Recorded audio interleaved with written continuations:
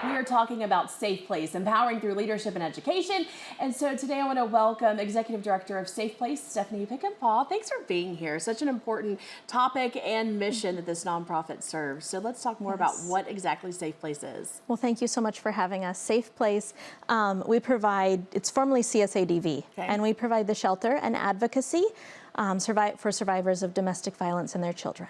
And so talk about how leadership and education can really navigate someone who's experiencing that issue and that problem. Right, so with leadership and education, we can help empower that survivor and let them drive the bus with their choices. And so let's talk about an event coming up. I know a lot of you do know about SafePlace. So let's talk about an event that's happening Thursday this week. Y'all are teaming up with an area college. Yes, so we're teaming up with Western Iowa Tech to provide a human library this Thursday from 11 to 1.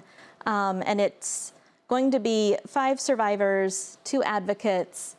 We have a person representing Iowa Legal Aid, an attorney, we have the offender group coordinator, a trauma therapist, all there to help answer questions, educate people about domestic violence. And so actually, I've never been through a human library. Who came up with the idea? That's kind of very cool for someone to actually go in and really interactive for someone who's trying to learn more.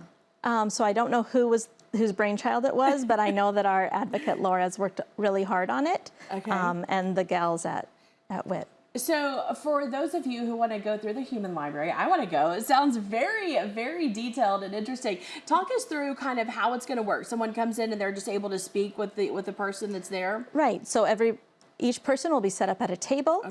Coming in, you can choose to stop at all the tables or just one. Whatever your questions you have, whatever you want to learn about. Just kind of domestic violence awareness. And as we talk about that, what is something that you want everyone in Siouxland to know about, promoting awareness for domestic violence in our particular area? So it's important to know that it's here, whether you know it or not, and it doesn't have any boundaries. It doesn't, no socioeconomic boundaries. It doesn't matter. And so 1 out of 4 are experiencing it, and so to reach out if you have questions or need help. Definitely so, and that information there we can provide for you on your screen. There we go. The event Thursday, October 26th, 11 to 1. It's happening at Western Iowa Tech, room W108.